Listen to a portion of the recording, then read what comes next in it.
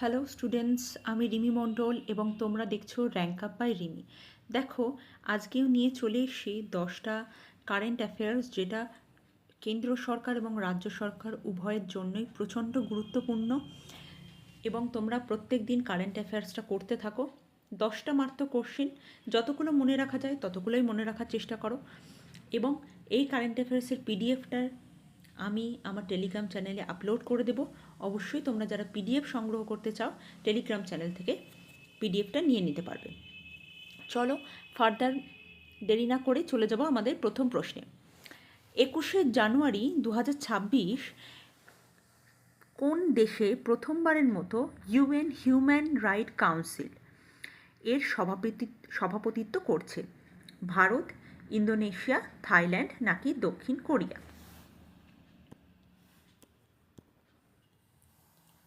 তো আমাদেরকে জানতে হবে যে এর সঠিক উত্তরটা কি হয়ে যাবে। ইউএন হিউম্যান রাইট কাউন্সিলিংয়ের সভাপতিত্ব গ্রহণ করছে 2026 সালে ইন্দোনেশিয়া। ঠিক আছে, এটা কিন্তু এসএসসির জন্য একটা ভালো কোশ্চেন। ঠিক আছে, যে ইন্দোনেশিয়া সভাপতিত্ব গ্রহণ করছে। চলে যাব আমাদের পরবর্তী প্রশ্নে। পরবর্তী প্রশ্ন বলছে, ভারতের প্রথম স্লিপার বন্দে ভারত ট্রেনটি কোন দুটি স্টেশনের মধ্যে চালু হচ্ছে? দিল্লি মুম্বাই, হাওড়া কামাখ্যা, শিয়ালদা আগরতলা নাকি ব্যাঙ্গালোর চেন্নাই? এটা কিন্তু খুব ভালো একটা কোশ্চেন, সব পরীক্ষার জন্য ইম্পর্টেন্ট। স্লিপার বন্দে ভারত কোন স্টেশনের মধ্যে চালু হচ্ছে? এটার অ্যান্সার হয়ে যাবে হাওড়া কামাখ্যা। ঠিক আছে, হাওড়া কামাখ্যার মধ্যে কিন্তু স্লিপার বন্দে ভারতটি চালু হচ্ছে। ঠিক আছে, খুব খুব ইম্পর্টেন্ট একটা কোশ্চেন্স। চলো নেক্সট কোশ্চেনে আমরা চলে যাব। নেক্সট কোশ্চেন বলছে, বিজয় হাজারে ট্রফি 2026 প্রথমবারের মতো কোন দল জিতেছে? বাংলা, কর্ণাটক, বিদর্ভ নাকি তামিলনাড়ু? খুব ইম্পর্টেন্ট একটা কোশ্চেন, সমস্ত পরীক্ষার জন্যই খুব ইম্পর্টেন্ট একটা কোশ্চেন। বিজয় হাজারে ট্রফি, যেটা ক্রিকেটে খেলা হয়। ঠিক আছে, তো এক্ষেত্রে বিজয় হাজারে ট্রফি কিন্তু ক্রিকেট রিলেটেড। ঠিক আছে, আচ্ছা, এবারে 2026 সালে কে জিতেছে? এর অ্যান্সারটা কিন্তু এসে যাবে বিদর্ভ। ঠিক আছে, বিদর্ভ 2026 সালের বিজয় হাজারে ট্রফি কিন্তু প্রথমবারের জন্য জিতেছে।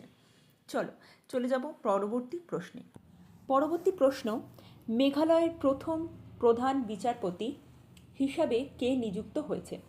বিচারপতি হিমা কোহলি, বিচারপতি রেবতী মোহিত দেরে, বিচারপতি বেলা ত্রিবেদী নাকি বিচারপতি রুমা পাল? মেঘালয়ের প্রথম প্রধান বিচারপতি মহিলা। মহিলা বলেই এই প্রশ্নটা কিন্তু এসএসসির জন্য খুব ইম্পর্টেন্ট হয়ে যাচ্ছে। ঠিক আছে, এর সঠিক অ্যান্সারটা হয়ে যাবে বিচারপতি রেবতী মোহিত দেরে। ঠিক আছে, ইনি কিন্তু মেঘালয়ের প্রথম প্রধান বিচারপতি হিসাবে নিযুক্ত হয়েছেন। যারা তোমরা এসএসসির পরীক্ষা দাও তারা মোটামুটি কিন্তু এই সম্পর্কে জানো যে বিচারপতি থেকে কোশ্চেন আসে। চলে এসেছি পরবর্তী প্রশ্নে। ভারতের কোন শহরে প্রথম অটোমেটেড মিডিয়াম ক্যালিবার অ্যামুনিশন, যেটা গোলা বারুদ ফ্যাক্টরি শুরু হয়েছে? নাগপুর, পুনে, কানপুর নাকি হায়দ্রাবাদ?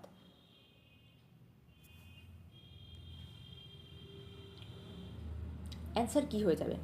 এটাও কিন্তু এসএসসির দিক থেকে একটা ইম্পর্টেন্ট কোশ্চেন, যে প্রথম অটোমেটেড মিডিয়াম ক্যালিবার অ্যামুনিশন বা গোলা বারুদ তৈরির ফ্যাক্টরি, খুব গুরুত্বপূর্ণ একটা কোশ্চেন হয়ে যাবে। এটা কিন্তু অ্যান্সার এসে যাচ্ছে নাগপুর। নাগপুরে কিন্তু প্রথম এই ফ্যাক্টরিটা স্থাপন করা হয়েছে। চলে যাব আমাদের পরবর্তী প্রশ্নে। পরবর্তী প্রশ্ন বলছে, উত্তরাখণ্ডের প্রধান বিচারপতি হিসাবে কে শপথ গ্রহণ করেছেন? বিচারপতি সঞ্জীব খান্না, বিচারপতি মনোজ কুমার গুপ্ত, বিচারপতি এন.ভি. রামানা নাকি বিচারপতি উদয় ললিত?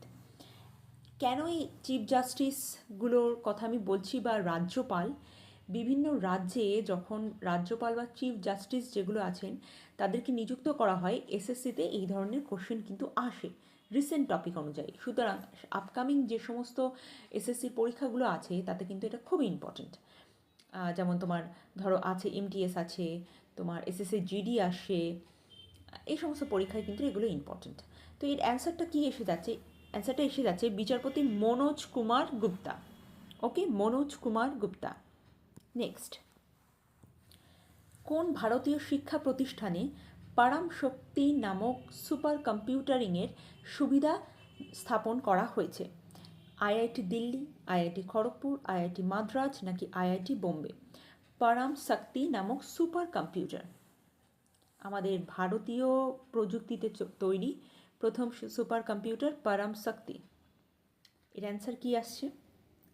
এর অ্যান্সার কিন্তু চলে আসে আইআইটি মাদ্রাজে এইটা তোমার স্থাপন করা হচ্ছে। ঠিক আছে, চলে যাব পরবর্তী প্রশ্নে। পরবর্তী প্রশ্ন, খতবাতি মোদি নামক বইটি দিল্লিতে কে প্রকাশ করছেন?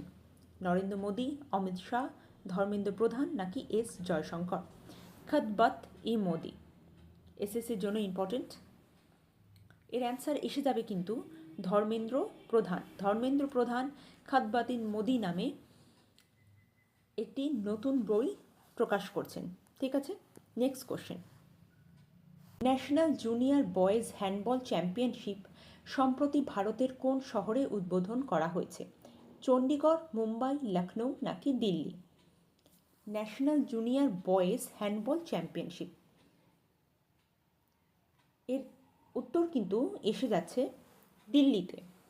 দিল্লিতে সম্প্রতি এটা উদ্বোধন করা হয়েছে। এটা যেহেতু একটা নতুন ধরনের খেলা, তো এটাও কিন্তু একটা ইম্পর্টেন্ট কারেন্ট অ্যাফেয়ার্স। ওকে, চলে যাব পরবর্তী প্রশ্ন এবং আমাদের ভিডিওর আজকের শেষ প্রশ্ন।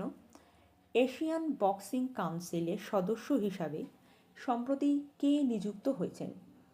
মেরি কম, বিজেন্দর সিং, শিব থাপা নাকি লাভলিনা বোরগোহেন? কে? এশিয়ান বক্সিং কাউন্সিল, এটাও কিন্তু একটা ইম্পর্টেন্ট কারেন্ট অ্যাফেয়ার্স। এটার অ্যান্সার এসে যাবে বিজেন্দর সিং। ঠিক আছে, বিজেন্দর সিংকে কিন্তু এশিয়ান বক্সিং কাউন্সিলের সম্প্রতি সদস্য হিসাবে নির্বাচিত করা হয়েছে।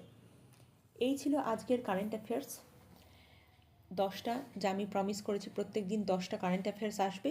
ভিডিওটি যদি ভালো লাগে অবশ্যই ভিডিওটি শেয়ার করো, লাইক কমেন্ট করো এবং এরকম ভালো ভালো ভিডিও পেতে অবশ্যই আমাদের চ্যানেলটা সাবস্ক্রাইব করে রাখুন।